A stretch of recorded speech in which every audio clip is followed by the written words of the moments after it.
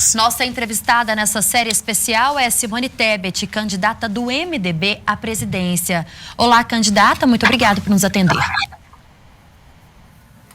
Olá, bom dia. Gostaria de, em seu nome, Thalita, Rodrigo, Ricardo, Guilherme, cumprimentar todos que estão nos acompanhando nessa sabatina do Jornal O Tempo e da Rádio Super. É um prazer muito grande falar com Minas Gerais e com o Brasil através do programa de vocês. Prazer é nosso, candidata. Antes da primeira pergunta, a gente vai conhecer um pouco mais sobre quem é Simone Tebet. Simone Nassar Tebet tem 52 anos e nasceu em Três Lagoas, Mato Grosso do Sul. Sempre conviveu com a política, acompanhando a carreira do pai, Rames Tebet, que foi prefeito, deputado, governador e senador pelo Mato Grosso do Sul. Formada em Direito pela Universidade Federal do Rio de Janeiro, foi professora universitária durante 12 anos.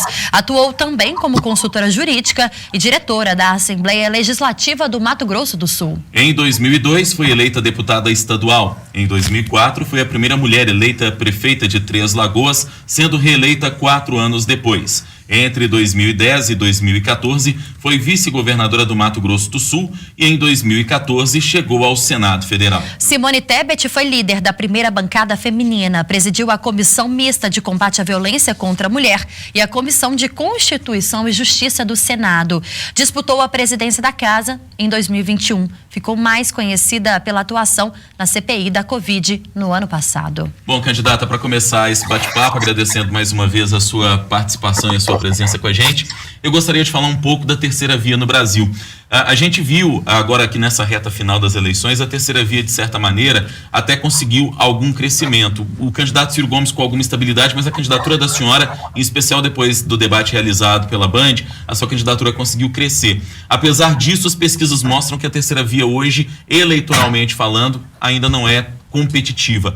Por que a terceira via no Brasil não conseguiu efetivamente se tornar competitiva e favorecendo, de certa forma, a polarização que existe hoje entre Lula e Bolsonaro? Bom, eu acho que é o processo contrário. Você falou a palavra mágica. Nós estamos vivendo num momento de polarização. Lamentavelmente, no Brasil, né, hoje nós temos 2 candidatos que pontuam nas pesquisas, que um se alimenta do discurso polarizado de ódio do outro, e num projeto não de país, mas um projeto pessoal, personalista, populista, partidário, e não de Estado, mas um projeto, repito, político-partidário, criam crises artificiais, se retroalimentam dessa polarização para impedir que alternativas de poder se apresentam. Isso não impede nós nos apresentarmos ao Brasil. Minas é um exemplo do como as coisas mudam e mudam muito rapidamente. Esta é uma eleição diferenciada de todas as demais, mas jamais pode ser diante da dificuldade que o Brasil atravessa e diante de ser a eleição mais importante da história do Brasil, porque o Brasil voltou para o mapa da fome, são 33 milhões de pessoas passando fome no Brasil, entre todas as mazelas, dificuldades, desemprego, informalidade, crises que estamos vivendo, esta não pode ser uma eleição do medo. E esses últimos 10 dias, é isso que nós estamos andando no Brasil. Eu estou, inclusive, agora no Rio de Janeiro, falando com vocês em Minas Gerais, nos apresentando ao Brasil, mostrando que o Brasil só vai conseguir gerar emprego, renda, acabar com a miséria, diminuir a desigualdade social, se nós acabarmos com essa polarização. Faltam 10 dias e acredito que neste momento é o momento que a população brasileira e a população mineira está começando a analisar o currículo, o perfil, as propostas que os candidatos têm. Eu estou muito otimista, como você mesmo disse, eu cresci em apenas uma semana depois do debate 150%, né? Hoje nós temos consolidado pelo menos 5%. Somos a candidatura que tem menos rejeição, que tem mais percentual do segundo voto. Quando se pergunta se você não votar no seu candidato, quem você votaria, o segundo voto passa a ser o nosso. Temos as melhores propostas, as soluções reais para os problemas reais do Brasil. Temos coragem, né, tenho um amor incondicional pelo país e sei que a nossa candidatura da Frente Democrática é a única capaz de acabar com essa polarização, garantir paz ao Brasil e às famílias, unir o Brasil para que o Brasil possa ter foco naquilo que efetivamente nós precisamos fazer. Erradicar a fome e a miséria, diminuir a desigualdade social e garantir, através do emprego e da renda, dignidade para as nossas famílias. Agora, candidata, a gente tem feito essa pergunta para todos aqueles presidenciáveis que participam com a gente desse Café com Política especial aqui na Rádio Super, que é em relação a um possível apoio no segundo turno, consolidando isso, que mostra as pesquisas, ou aquilo que tem revelado as últimas pesquisas, num eventual segundo turno entre o presidente Jair Bolsonaro e o ex-presidente Lula. De que lado a senhora ficaria num apoio no segundo turno? Thalita, eu estou falando para Minas Gerais, né? Estou falando para um estado que, além da síntese do Brasil, por tudo que representa, pela grandeza e também pelas dificuldades que se apresentam nos rincões mais distantes e menos desenvolvidos, tem a capacidade de surpreender a cada eleição. Nós tivemos recentemente, na última eleição para o governo do estado, um caso que é o caso que nós queremos que aconteça no Brasil. Então, nós estamos a 10 dias das eleições, vamos aguardar o segundo turno. Eu estou otimista de que nós podemos reverter essa situação e no segundo turno nós vamos discutir segundo turno. A única coisa importante se dizer, e você foi feliz quando apresentou, é que esta é uma eleição de 2 turnos. Então, não pode ser uma eleição do voto do medo, tem que ser do voto da certeza, do voto da esperança. Não é votar no menos pior porque não quer aquele que considera ser o pior para o Brasil. Tem que ser votar naquele ou naquela que considera o melhor candidato, aquele que pode definitivamente resolver os problemas reais e que se apresentam com as soluções reais para o Brasil. Então vamos aguardar o segundo turno e a partir daí nós vamos estar conversando. Candidata, primeiramente, muito bom dia. E gostaria de saber da senhora o quanto a participação do PSDB dentro da sua campanha e dos demais partidos que estão compondo está satisfazendo a senhora nesse momento. É aquilo que a senhora esperava, está distante do que esperava, é o que é possível diante do tempo de campanha? Qual é a avaliação que a senhora faz dos seus aliados até o momento, nos palanques estaduais onde a senhora esteve e na campanha até agora? Deixa eu corroborar a sua pergunta, claro. Guilherme. Ontem a gente viu que o candidato a vice do Lula, Geraldo Alckmin, foi a Goiás para tentar costurar um apoio dos tucanos goianos, e o PSDB faz parte da chapa da senhora, tem a vice, inclusive, um apoio do PSDB de Goiás ao ex-presidente Lula. Como é que a senhora vê isso também, aproveitando a oportunidade? Guilherme, eu estou, agradecendo a pergunta, eu estou muito satisfeita com essa frente democrática.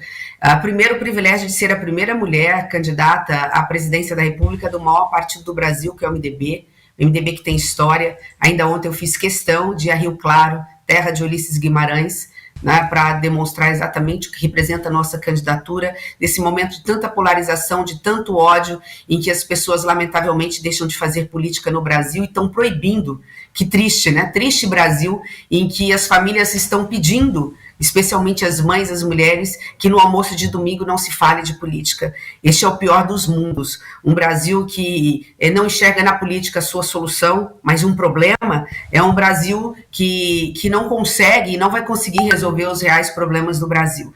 Então, estar como candidata, a primeira mulher candidata da história do partido, ao lado do PSDB, que é este partido que sempre se apresentou ao Brasil, que teve presidentes da República que apresentaram soluções para os problemas e avançamos muito em políticas públicas, implementação dos direitos sociais, dos direitos fundamentais, dos direitos dos trabalhadores. Estar ao lado desse time, para mim, é um privilégio e uma honra.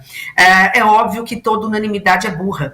Nós já começamos dentro do meu próprio partido, tendo uma meia dúzia que sempre esteve ao lado do ex-presidente do Lula. Aliás, sempre esteve do lado errado da história, no mensalão, no petrolão, nos escândalos de corrupção do passado. E eu sempre lutei contra essa ala, ou esse núcleo do partido que não representa o partido mais democrático do Brasil. Eu estou muito satisfeita com o apoio que estou tendo do MDB, do PSDB, do Cidadania e do Podemos. E vamos lembrar que esses partidos, pela grandiosidade que têm, são muito maiores que 2, 3 ou 4 personagens.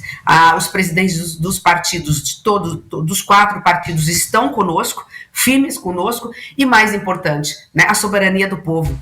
Quem tem verdadeiramente o poder é o eleitor. Né, ele e a sua consciência, 2 de outubro, vai decidir o destino do Brasil.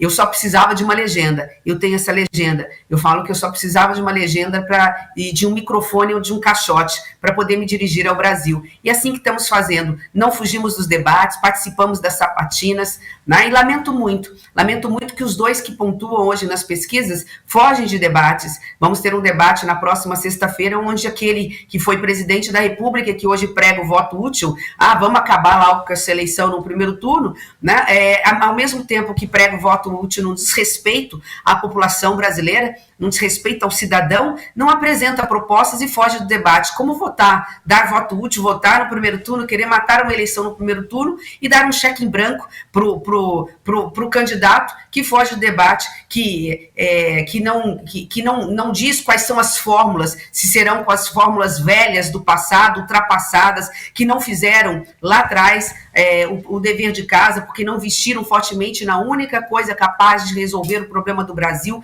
que é garantir uma educação de qualidade para os filhos mais pobres deste país. Agora vem pregar voto útil na covardia, fugindo do debate. Então, não, eu estou aqui, eu me apresento ao Brasil com o que eu sou, com a minha verdade, com o meu coração, com a minha alma. É a alma de uma mulher, é o coração de uma mãe, é uma professora que fala para o Brasil que nós só vamos resolver os reais problemas do Brasil quando investimos fortemente na educação. Por isso que eu digo que a prioridade número 1 do nosso governo, se eleita presidente da República, vai ser pela primeira vez na história do Brasil colocar a educação como prioridade absoluta. Sem essa falsa equívoco de dizer que o governo federal só cuida do ensino universitário. É colocando a União à disposição dos municípios, os prefeitos mais distantes de Minas Gerais e mais pobres, das cidades mais pobres de Minas Gerais ou do Brasil, e dizendo, nós vamos cuidar das crianças desde a primeira infância, lugar de criança na escola, com merenda escolar de qualidade, com professores assistidos e preparados, e chegando lá no ensino médio,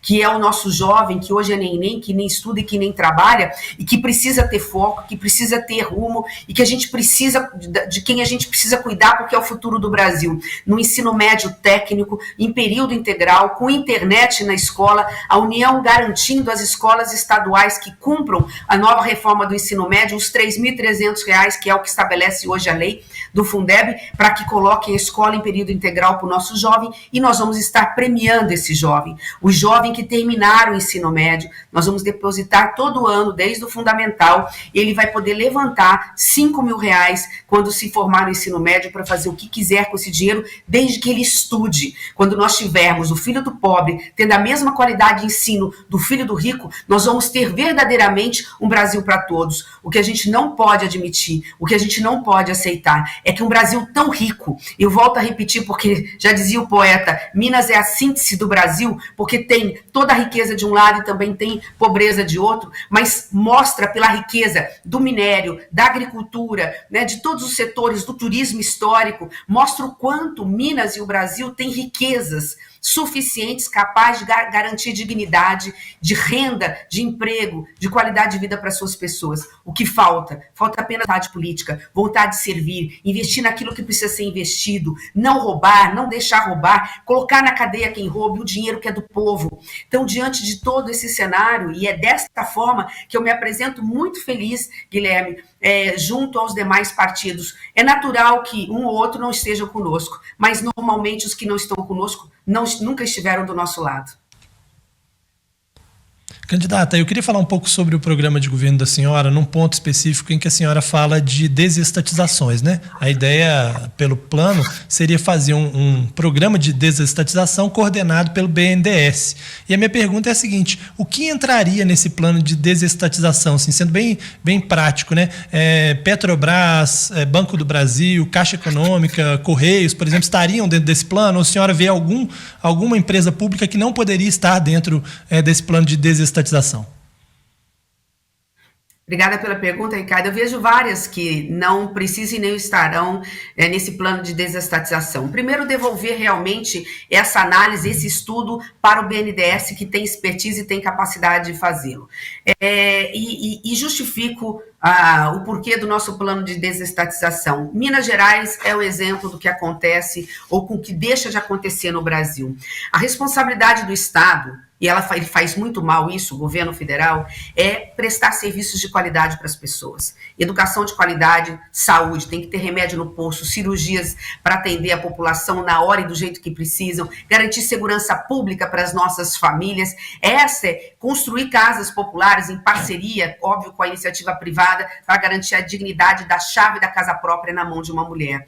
Fora isso, nós temos um Estado muito pesado, um Estado que não dá conta de prestar a realizar as obras públicas tão necessárias para a nossa população. Eu não preciso aqui me delongar nos problemas sérios que Minas tem. Recentemente estive aí e é sempre a mesma história, né? É a rodovia 381, que é a rodovia da morte, obras paradas, herança do PT e que este governo não conseguiu atender, fruto de corrupção, má gestão, má vontade, falta de planejamento, não interessam as razões. O problema é que nós temos 14 mil obras inacabadas no Brasil e não temos dinheiro para executar todas essas obras. Obras que, se estivessem sendo geradas e edificadas e construídas, estariam gerando milhões e milhões de empregos diretos e indiretos no Brasil. Portanto, eu prego duas coisas. Eu prego que o Estado fique apenas com aquilo que é essencial, saúde, educação, segurança pública, por exemplo, e que possa, através de concessões e PPIs, né, numa parceria público-privada, rasgar esse Estado e rasgar o Brasil de norte a sul com obras estruturantes. Minas Gerais tem a maior malha rodoviária do Brasil.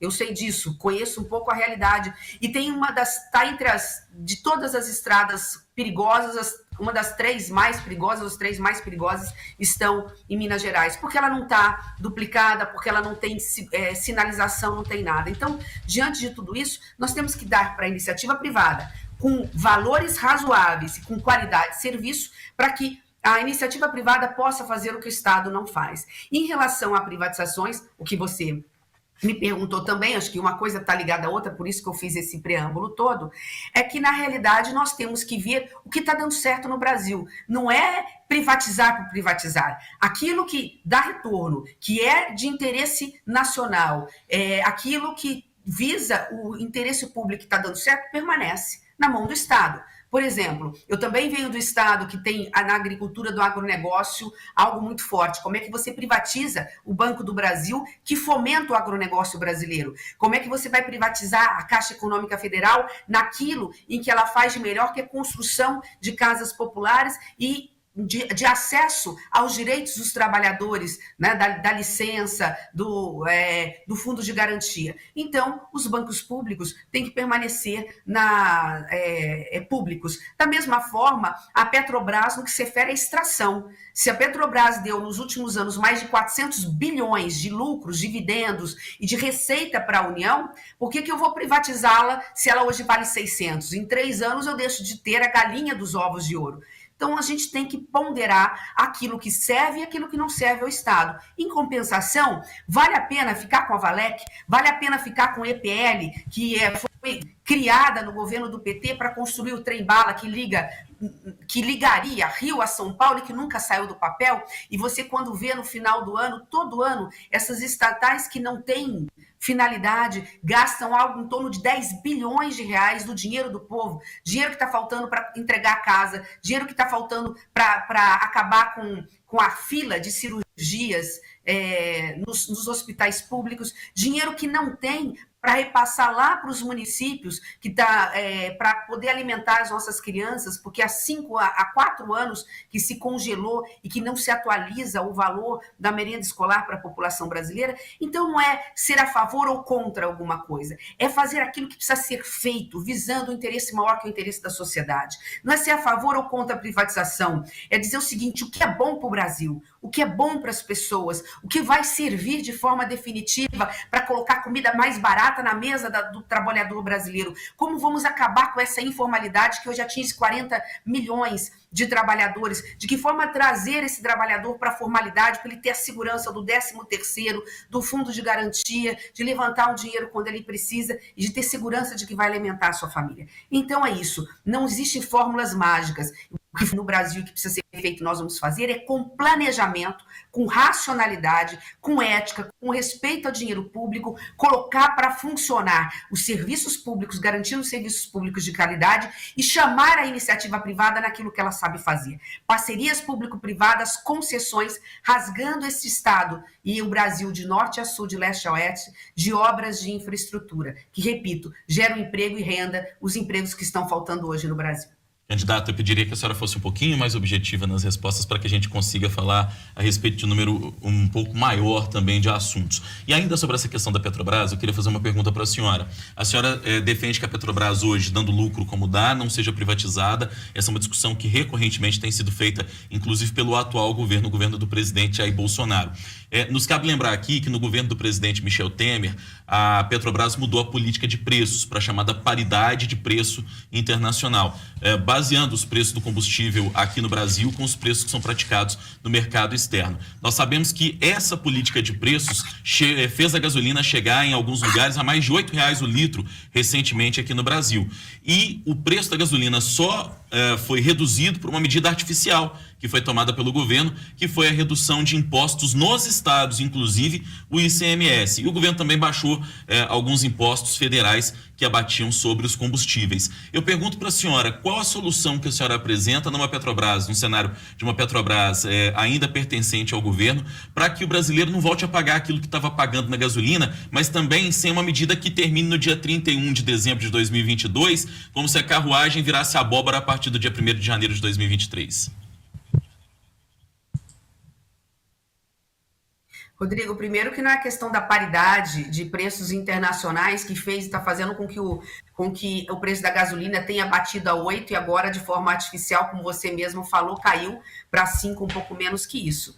Na realidade, é uma série de fatores. A primeira medida é garantir que a Petrobras tenha realmente autonomia administrativa, escolhendo um presidente da Petrobras que conheça e que não faça politicagem dentro da Petrobras. Nós já vimos esse filme, toda vez que se fala em intervenção no domínio econômico, intervenção de estatais, nós quase quebramos a Petrobras com o petrolão do governo do PT, e para reeleger Dilma Rousseff, nós vimos o que aconteceu com outra estatal brasileira, fazendo o brasileiro, inclusive, pagar conta de energia muito mais cara no ano seguinte à eleição. Essa fórmula não dá certo. Se nós estamos falando de uma Petrobras, que é uma sociedade de economia mista, portanto tem capital público, tem capital privado, e a Petrobras, ela é majoritariamente do governo federal, o governo federal tem que ter um presidente da Petrobras com capacidade de dialogar, que conheça do setor energético e que nós possamos fazer o dever de casa. Nós temos que aumentar a produção do pré-sal, nós temos que, em relação ao refino, ficar cada vez menos dependente do mercado internacional.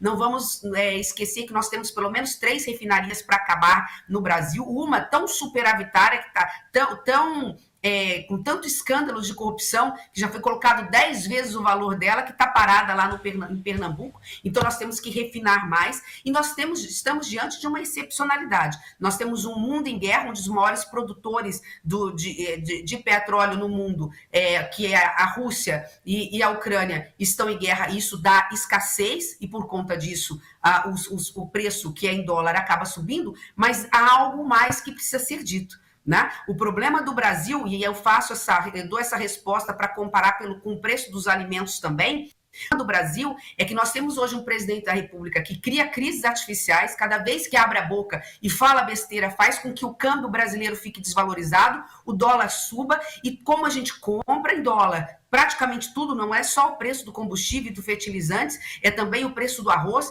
é o trigo que vai no nosso pãozinho, no nosso macarrão. Como o nosso câmbio está desvalorizado e o dólar, né, hoje está muito alto, você tem essa descompensação e comida cara na mesa do povo brasileiro. Qual é a saída? É termos um governo equilibrado, moderado, que saiba quais são as soluções para os problemas reais do Brasil. Com isso, você tem uma estabilidade macroeconômica.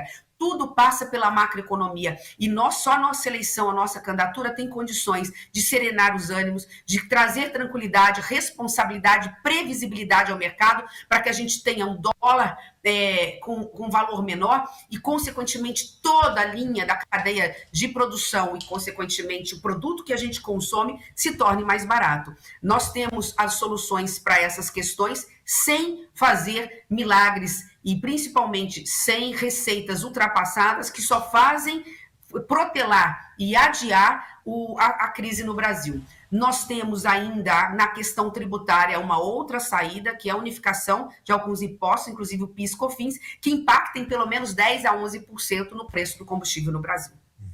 Candidata, a senhora tem defendido que a temática de gênero, inclusive pela formatação da sua chapa com a deputada Mara Gabrilli, que a temática de gênero seja levada a sério, inclusive na construção de uma política de equidade. Eu queria saber da senhora quais das características que a senhora tem que são comuns à maior parte das mulheres brasileiras e que a fazem levar essa temática à frente. Em que Simone Tebet se parece, ou as dificuldades que enfrenta, de boa parte das mulheres brasileiras? Bom, vou ser bem objetiva então nessa resposta. Eu tenho a alma de uma mulher e o coração de uma mãe. E nada é mais importante, nada é maior do que isso. Eu tenho, como todas as mulheres, a coragem de defender aquilo que acredito e a sensibilidade para fazer a diferença. Não há nenhuma mãe, nenhuma mulher que possa, nesse momento, no Brasil, estar feliz com o que está acontecendo.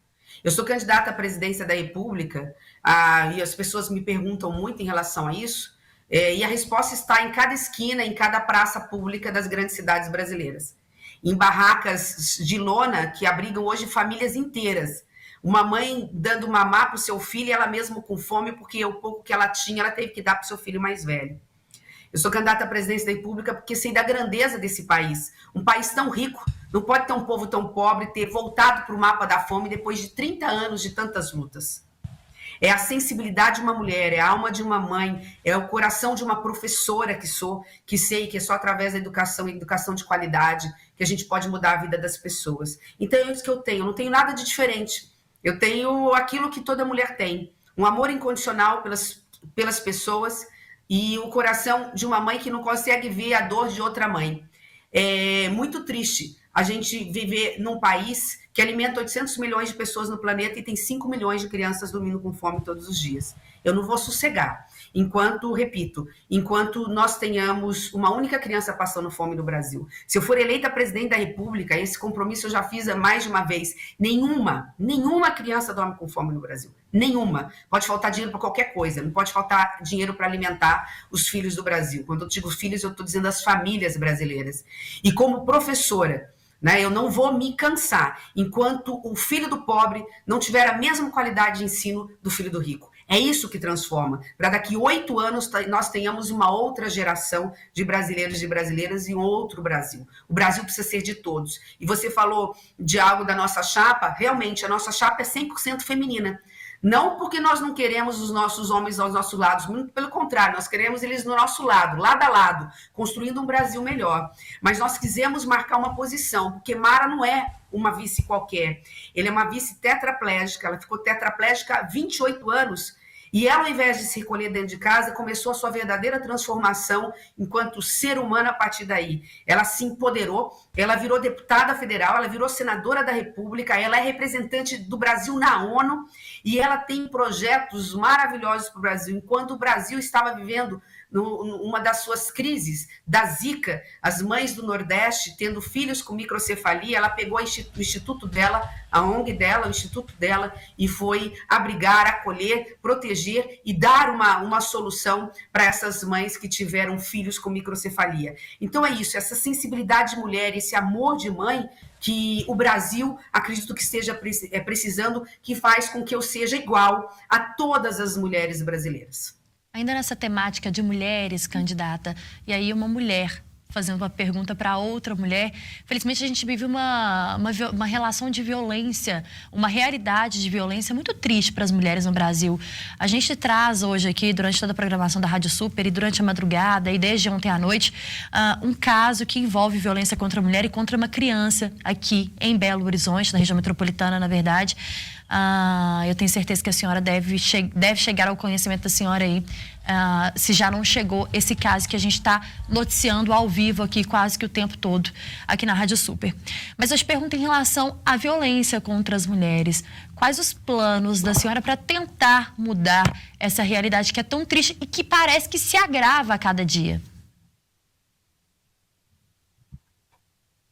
Thalita, eu tive várias primeiras vezes na minha vida. Eu fui a primeira mulher prefeita da minha cidade natal, reeleita com mais de 76% dos votos, a primeira mulher vice-governadora.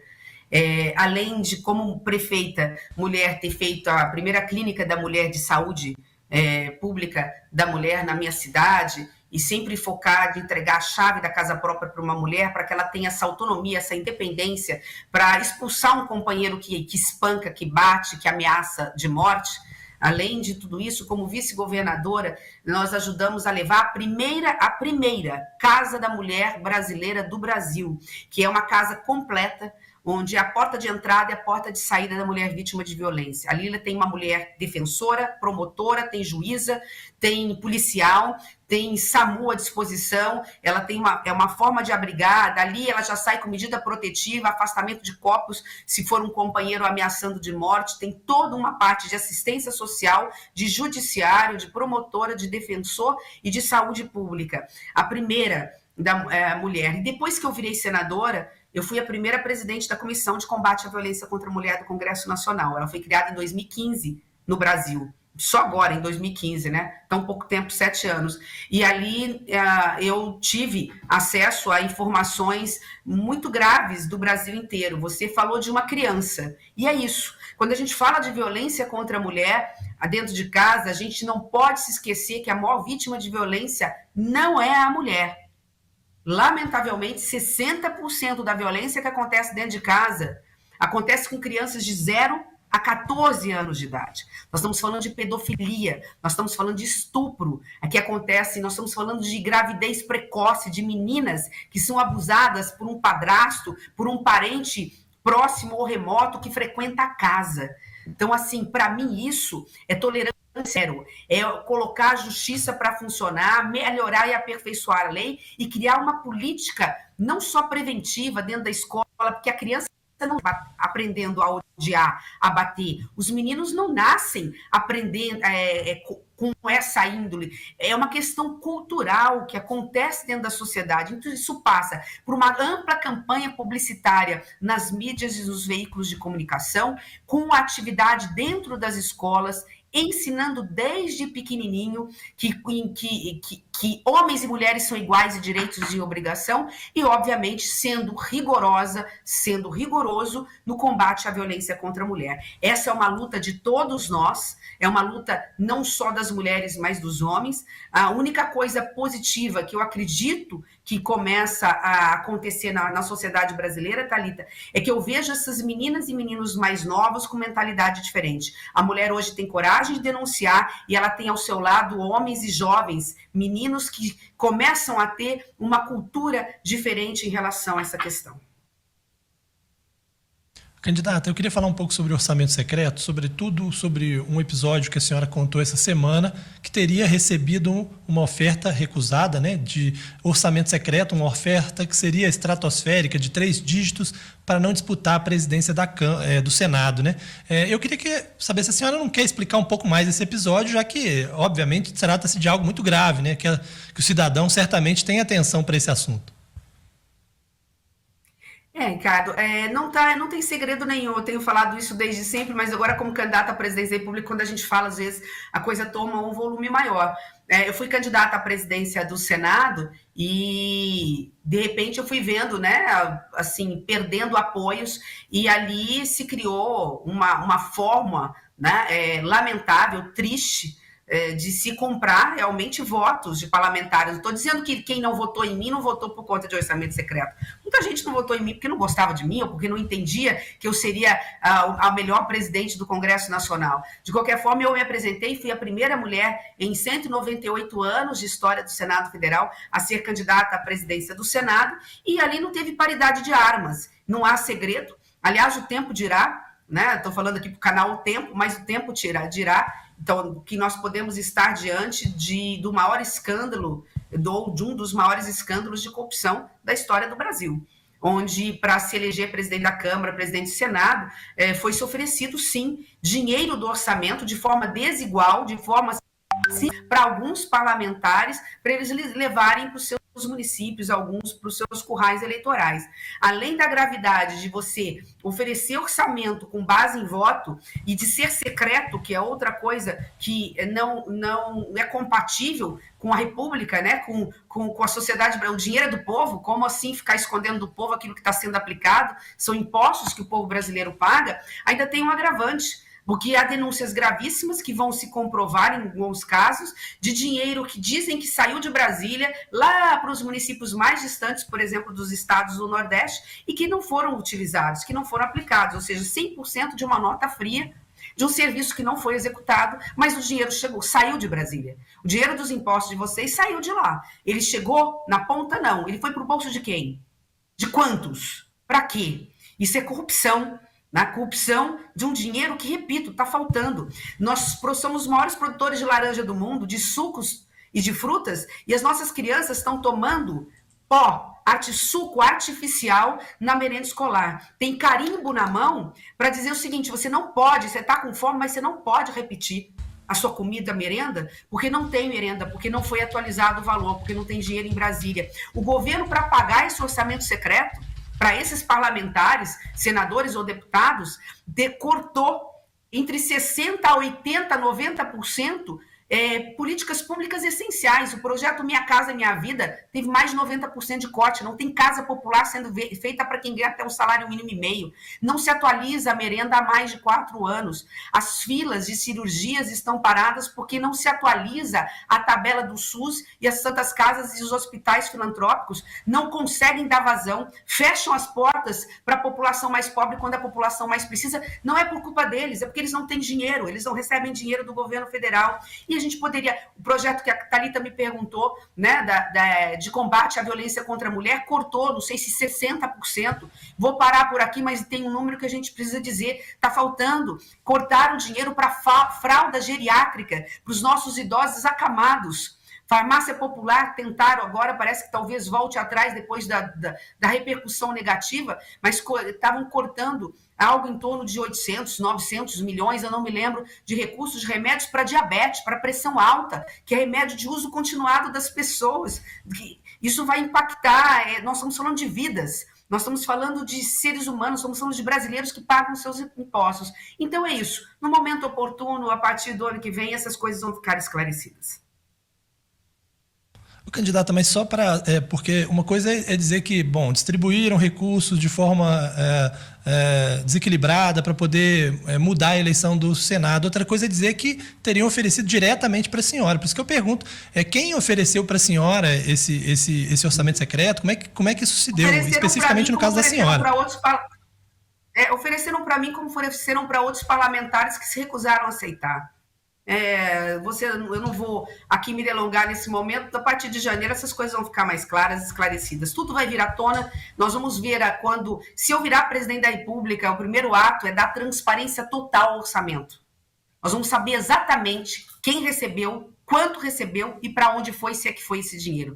Transparência absoluta. Todos os ministros de Estado terão que abrir as contas. O portal da transparência vai funcionar. Vocês da imprensa vão conseguir levar informação para o ponto mais distante, lá no norte de Minas Gerais, que é a região mais pobre de Minas, no Nordeste brasileiro. Todos vão ficar sabendo para onde foi ou deixou de ir esse dinheiro no momento em que eu virar presidente da República. Candidata, eu vou insistir nesse assunto, porque não seria essa uma carta na manga para uma campanha da senhora nessa reta final eleitoral, dar nomes aos bois, vamos usar essa expressão aqui, exatamente para tentar desconstruir outros candidatos nesta reta final para a eleição do dia 2 de outubro, para um possível segundo turno? Se a senhora falasse, ou contasse, ou trouxesse esses nomes, não seria uma forma de garantir voto, desconstruir outros candidatos, por exemplo? Não seria benéfica, senhora? Thalita, minha vida pública sempre foi de retidão e de honestidade. Se for para ganhar um voto na base de uma política que eu não acredito, né, seja do toma lá da cá, seja de ataques, né, eu me proponho a fazer diferente. Ou a gente muda a política definitivamente, ou a má política vai acabar com o Brasil. Eu não preciso tornar público aquilo que vocês já publicam diariamente, todos os dias. E que, a partir de janeiro, vai ficar claro. O Supremo Tribunal Federal vai mandar. Não tem como, viola a Constituição, isso é ilegal, imoral, é inconstitucional. As denúncias estão estampadas nos grandes jornais de circulação, nos pequenos. Agora, recentemente, a gente viu no Piauí mais uma denúncia em relação a isso. O que eles fizeram? Estão dizendo que aumentaram o número de jovens e adultos no EJA, que é a educação para idosos ou para adultos que ainda não sabiam ler e escrever, em 6.000%.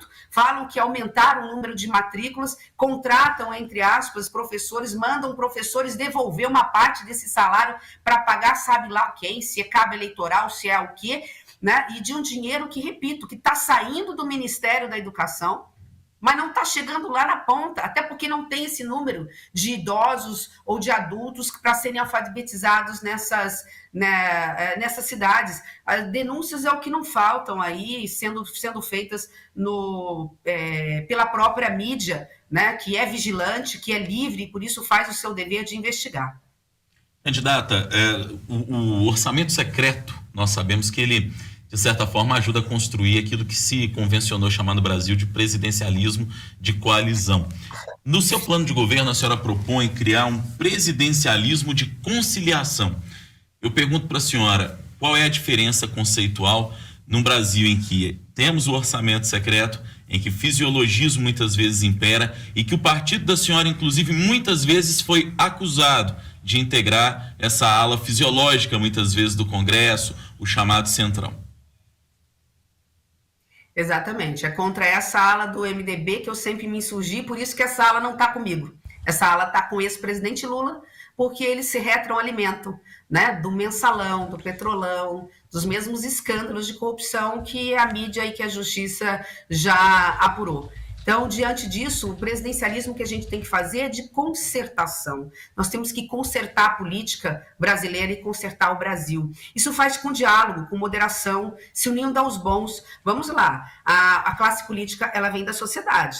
Você pode ter maus e bons políticos, e você tem. Então você tem que se aliar às pessoas de bem, às pessoas corretas, aos deputados e senadores que Minas Gerais vai eleger, que Rio de Janeiro, que São Paulo vai eleger, estar ao lado de forma programática dos partidos que pensam ideologicamente como você. Eu sou uma pessoa de centro que sei dialogar com a esquerda, que sei dialogar com a direita, eu tenho experiência.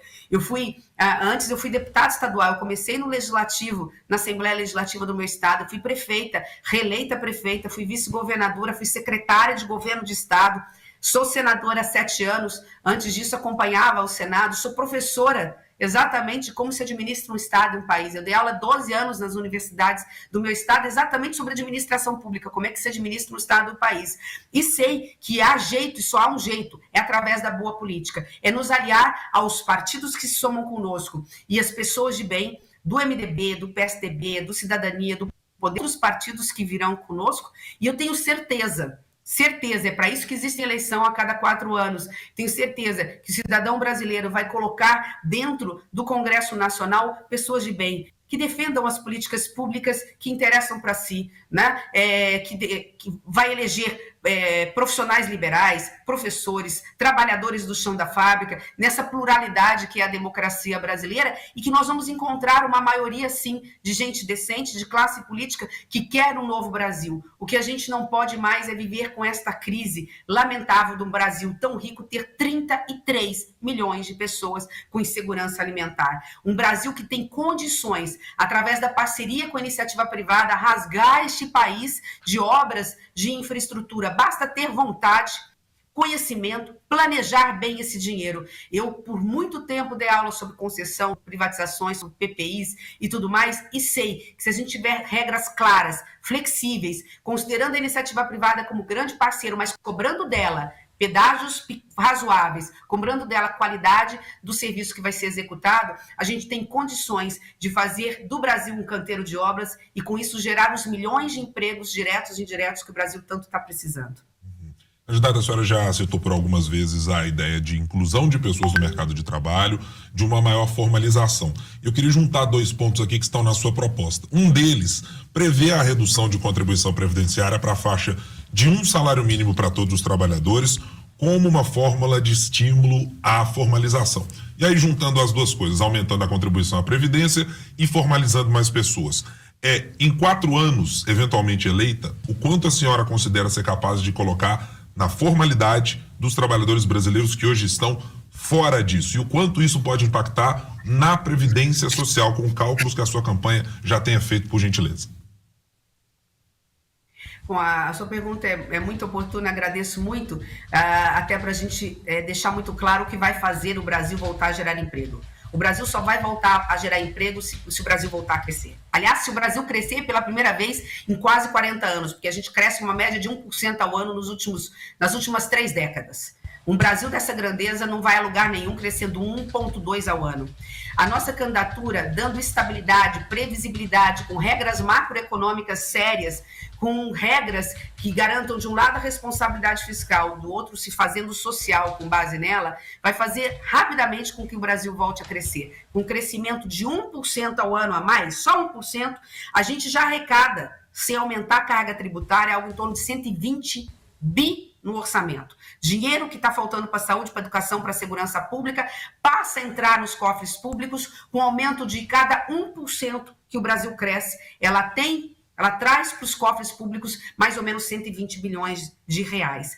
Como é que o Brasil cresce? O Brasil cresce com um agronegócio forte, ele vai bem, obrigado, precisa ser melhorado, inclusive com os nossos agricultores familiares, nessa proteção que a gente precisa dar para quem realmente coloca comida na mesa do povo brasileiro, que é a agricultura familiar, preservando-se, cuidando, obviamente, da questão ambiental. E do outro lado, numa grande, além da parceria público-privada que eu falei, a gente sendo parceiro das indústrias. O Brasil, nenhum país do mundo cresce sem indústria forte. E a indústria foi perdendo espaço ao longo do caminho, por falta de política nacional da indústria. A indústria precisa de duas coisas, entre tantas, rapidamente. Primeiro, de um trabalhador produtivo, através da educação e da qualificação da mão de obra, dá produtividade para a indústria, porque você coloca um trabalhador preparado, que vai ganhar melhores salários.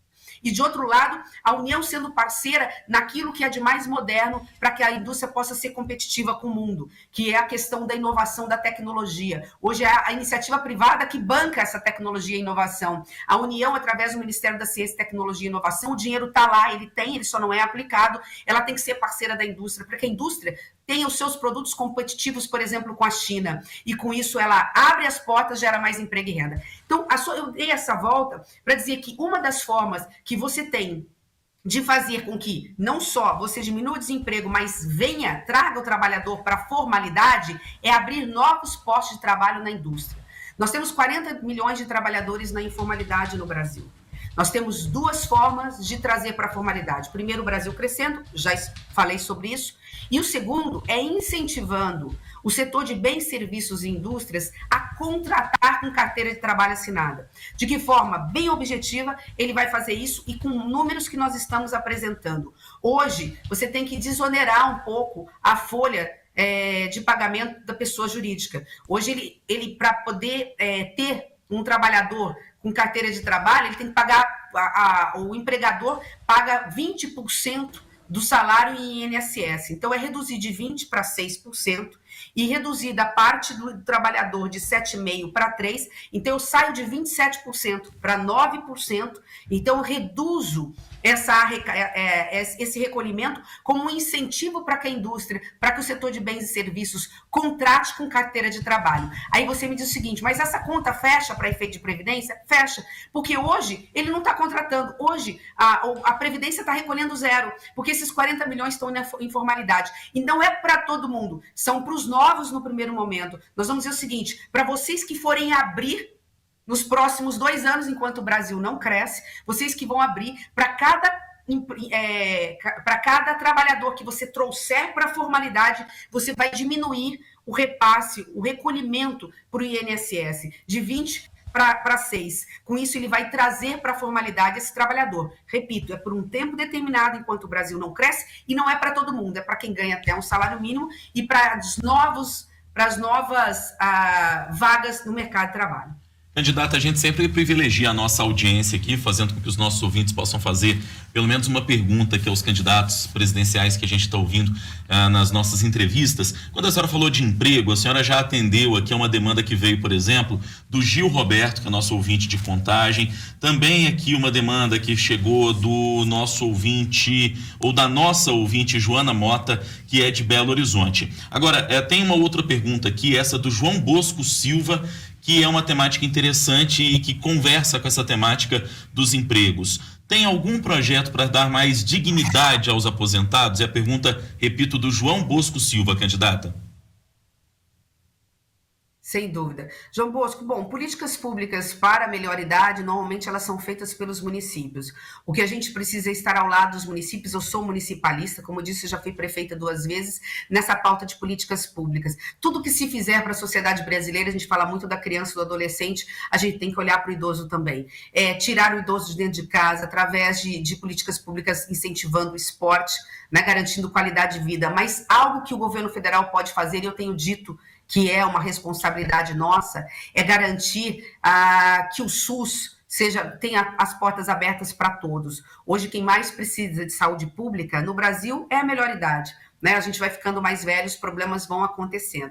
Então, além de não cortar dinheiro da farmácia popular, garantir medicamentos gratuitos e mais baratos, de uso contínuo, pressão alta, diabetes e todas as comorbidades que assolam especialmente a melhor idade, nós já fizemos um compromisso com os hospitais filantrópicos e as santas casas. Nós vamos regionalizar a saúde pública nos moldes de Minas Gerais, que eu sei que Minas, através do governo do PSDB, fez isso, de você concentrar aqueles serviços mais complexos, cirurgias, aquelas consultas mais complexas de exames em regiões, porque com isso você otimiza e faz com que se torne mais eficiente, é que as portas estejam sempre abertas. Para isso a gente tem que atualizar os valores que repassam. Há 20 anos, há mais ou menos 20 anos, que a gente não consegue atualizar o valor da tabela que o governo federal do SUS paga para os santas casas, hospitais filantrópicos no Brasil. Então, nós vamos atualizar em 25% ao ano, portanto, em 4 anos nós temos 100%, para que nenhuma porta de nenhum hospital público se feche para a população brasileira. Obviamente, quando a gente está falando para a população brasileira, nós estamos falando para a melhor idade. Candidata, hoje saiu na coluna da Carolina Brígito, no portal UOL, uma informação de bastidores de que o Lula, se for eleito, cogitaria manter Augusto Aras no comando da Procuradoria-Geral da República. A senhora já fez várias críticas a Augusto Aras, disse que ele acha que tem servidão a Bolsonaro, que ele senta em cima de processos. Como é que a senhora vê essa possibilidade de, eventualmente, mesmo numa troca de governo, ele ser mantido na PGR quando terminar o mandato dele? Eu tô quase achando que isso é fake news. Não é possível. Né? No momento em que nós mais precisamos do Ministério Público, da Procuradoria-Geral da República, para investigar as denúncias gravíssimas que nós levantamos na CPI da Covid, não vamos ter memória curta, não vamos nos esquecer que o presidente que aí está virou as costas para o Brasil no momento que o Brasil mais precisou dele. Foi muito triste, foi assim doloroso para mim, né, como mulher mesmo, como mãe, ver como nós tivemos um presidente da República insensível à dor alheia. Nós estamos falando da vida ou da morte de milhões de brasileiros, que a gente não tinha vacina, não sabia onde ia chegar, e nós vimos um governo que não só virou as costas para o Brasil no momento que ele mais precisou. E a CPI da Covid mostrou isso. Mas também foi até através da minha intervenção que a gente descobriu, né, denúncias gravíssimas de escândalo de corrupção na compra de vacinas. No momento que faltava vacina, estava se negociando a dose a $1. Ou me deem $1 ou eu não entrego vacina. Vamos negociar a vacina a $1 para a vacina chegar no braço da população brasileira. É disso que nós estamos falando. E um procurador que recebeu o relatório da CPI e colocou lá na gaveta. Disse, não, aqui não tem denúncia, aqui não tem suspeita de corrupção, aqui não tem omissão dolosa, aqui não tem nada. Como assim? O Procurador-Geral da República é o chefe do Ministério Público. O Ministério Público é o órgão que fiscaliza, é o órgão da sociedade brasileira, que defende a questão ambiental, que defende o patrimônio público, que defende a população brasileira contra a corrupção, que mata, que tira remédio do posto, que tira a merenda escolar das nossas crianças, que tira dinheiro para fazer as obras que Minas está precisando aí para se desenvolver. É disso que nós estamos falando, é desse Ministério Público que nós estamos falando. Então, assim, desculpa, você está me trazendo essa informação que eu não sabia, né, que se for verdadeira eu só tenho a lamentar e eu quero esperar que seja realmente fake news. Candidata, a senhora disse em uma entrevista recentemente que é a única que tem capacidade... Fake news não sua, tá? Fake news não sua, mas a informação seja claro. de uma informação meio atravessada. Deixar bem claro. Deu para entender, candidata. A senhora disse numa entrevista recente que a senhora é a única que tem condições de derrotar o candidato à presidência, o ex-presidente Lula. Por quê? As pesquisas mostram isso. Mostram que o atual presidente da República tem um índice de rejeição estratosférico. mais de 50%, quem tem índice de rejeição acima de 50% num segundo turno não ganha eleição. Portanto, um eventual segundo turno entre os dois dificilmente garantiria ao atual presidente a sua reeleição. Dentro dessa perspectiva, estou baseada em todas as pesquisas que nós vimos. Eu sou a menos rejeitada desses 4 e a que tem o segundo voto de todos. Consequentemente, num segundo turno, seria a única que teria condições de derrotar o ex-presidente Lula. A gente ainda tem aqui um tempinho para seguir na nossa entrevista antes da nossa hora do bate-pronto.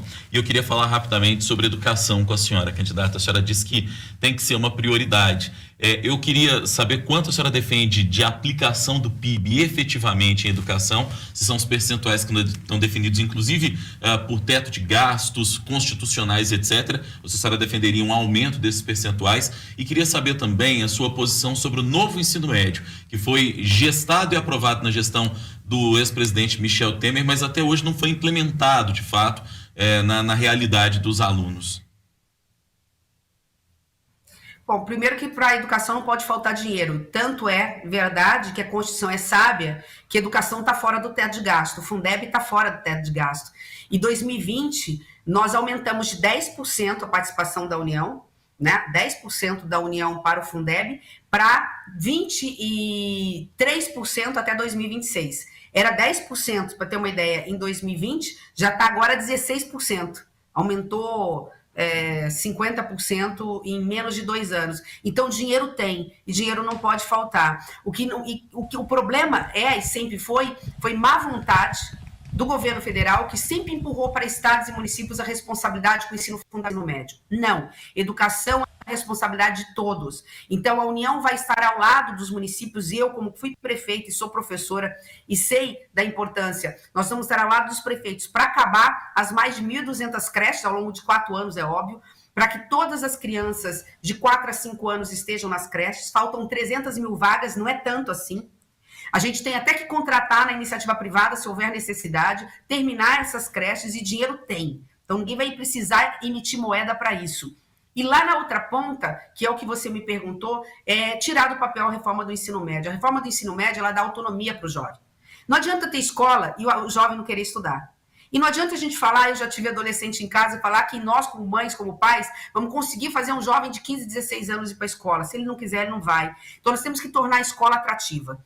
3 coisas nós temos que fazer. A reforma do ensino médio permite que o jovem tenha disciplina específica, como português e matemática, e depois ele vai escolher as disciplinas que ele quer, porque é uma escola, é um ensino médio técnico, é em período integral, ele vai escolher as demais disciplinas e ele já vai estar pronto para depois fazer um curso técnico profissionalizante de 1 ano, 1 ano e meio, ir para o mercado de trabalho ou ir para uma universidade.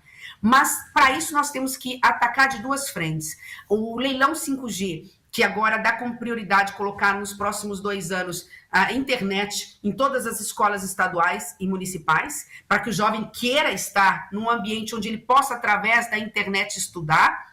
E, paralelo a isso, nós vamos premiar esse aluno. Reforma do ensino médio técnico, onde ele vai ter prazer de estudar, porque ele vai escolher as disciplinas que ele quer, além das básicas, porque ninguém pode fugir do português e da matemática, obviamente. Então, ela é mais atrativa porque ele escolhe a disciplina, ela é mais atrativa porque tem conectividade à internet, e é mais atrativa porque nós vamos pagar para esse aluno estudar.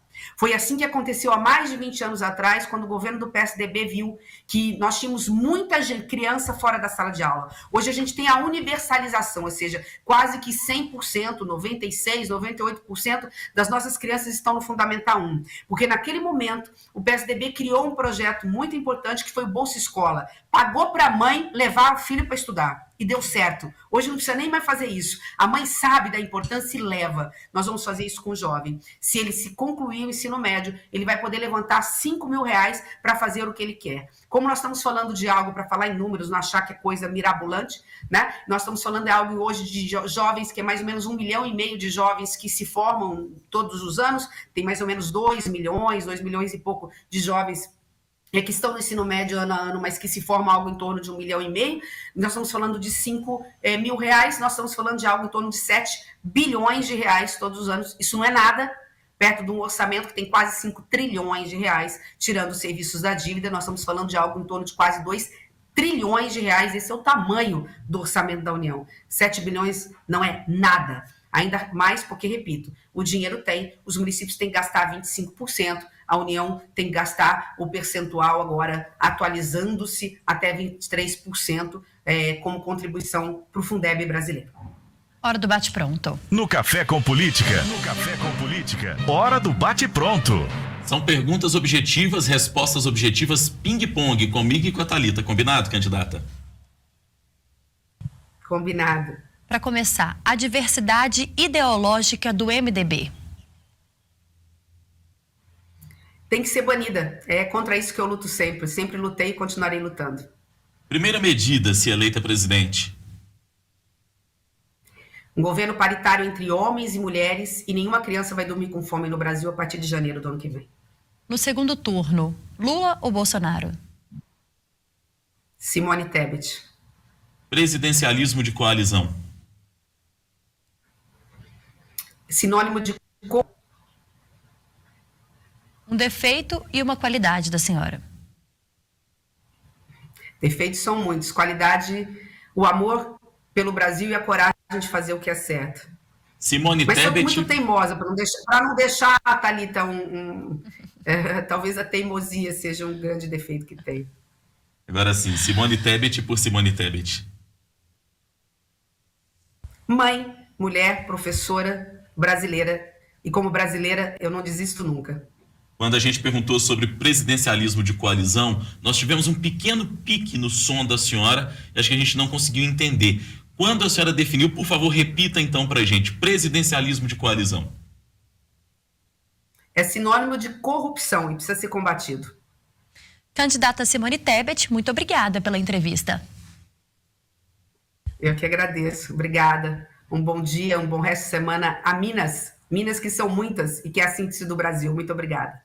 Obrigado à senhora, candidata. Nas próximas horas, a entrevista da candidata, os melhores momentos do bate-papo e a repercussão do nosso Café com Política vão estar disponíveis nas nossas plataformas digitais. Você também confere tudo na edição impressa do Jornal O Tempo dessa sexta-feira.